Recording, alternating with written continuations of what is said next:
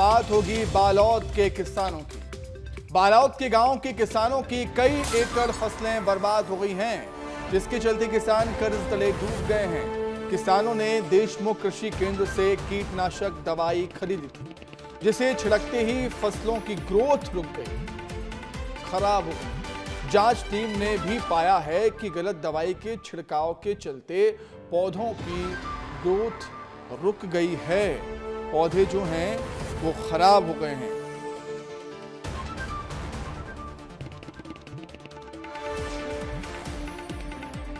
2.25 एकड़ में दवाई छिड़काव के लिए मोला इंडिया पेस्टिसाइड के IPL के वेलिडा माइंस के जो दवाई दिस ओला मेहा छिड़काव करें और छिड़काव के 2 से 4 दिन के पश्चात धान हा एकदम पीलापन होइस है और गलन वलन और एकदम पेरा जैसे सूखा हो गए। मैं अपन खेत में 3 एकड़ में फसल लगाए रहे हूँ और दवाई देशमुख कृषि केंद्र से ले रहे हूँ। जो है दवाई छिड़काव करें ओकर बाद 2-4 दिन बाद ओकर नुकसान दिखे चालू हो गए और वही ओकर बाद वहाँ से अपन अधिकारी देखे लई से तो अपन राय दिस की बाकी तो कुछ नहीं हो सके, जो भी लिखना रही से लिखी सो है, लेकिन हमें सब चीज़ नुकसान के हम उचित मुआवजा के हम ये सरकार से ये करा था ना, कंपनी वाले से भी ये करा।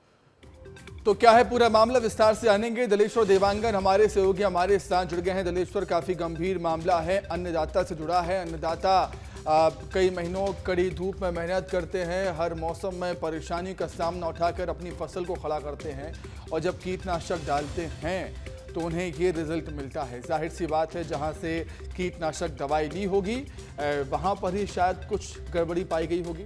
दलेश्वर,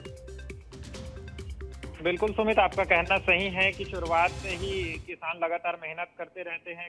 किसान मेहनत कर फसल को उगाते हैं और बड़ा करते हैं।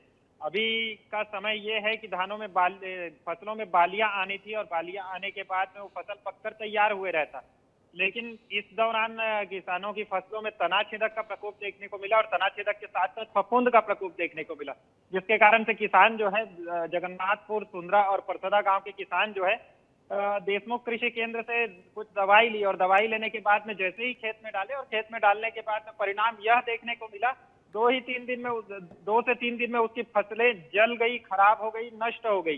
कुछ फसलें जो बाकी है उसमें भी बालियां आने की संभावना कम है, ऐसा कृषि विभाग के अधिकारियों ने वहां पर जाकर निरीक्षण किया। उसके बाद में पाया कि उसमें भी बालियां आने की संभावना कम है। 80 से 90% फसल झुलस चुके हैं। अब किसान काफी चिंतित है, क्योंकि किसान कर्ज लेकर फसल को उगाए रहते हैं और उसके बाद में बेचने के बाद जो आमदनी होती है, जो आवक मिलती है, उसे वो कर्ज चुकाते हैं और अपने घर का गुजारा चलते हैं। ऐसे में किसानों के चेहरे पर भी चिंता की लकीर है, क्योंकि उनका फसल बर्बाद हो गया। वो मुआवजे की मांग सरकार से कर रहे हैं। सुमित, तो नकली दवाई से फसल यहां पर बर्बाद हो गई है, चौपट हो गई है। किसानों के सामने अब आर्थिक संकट खड़ा हो गया है, कर्ज में डूब गए हैं किसान।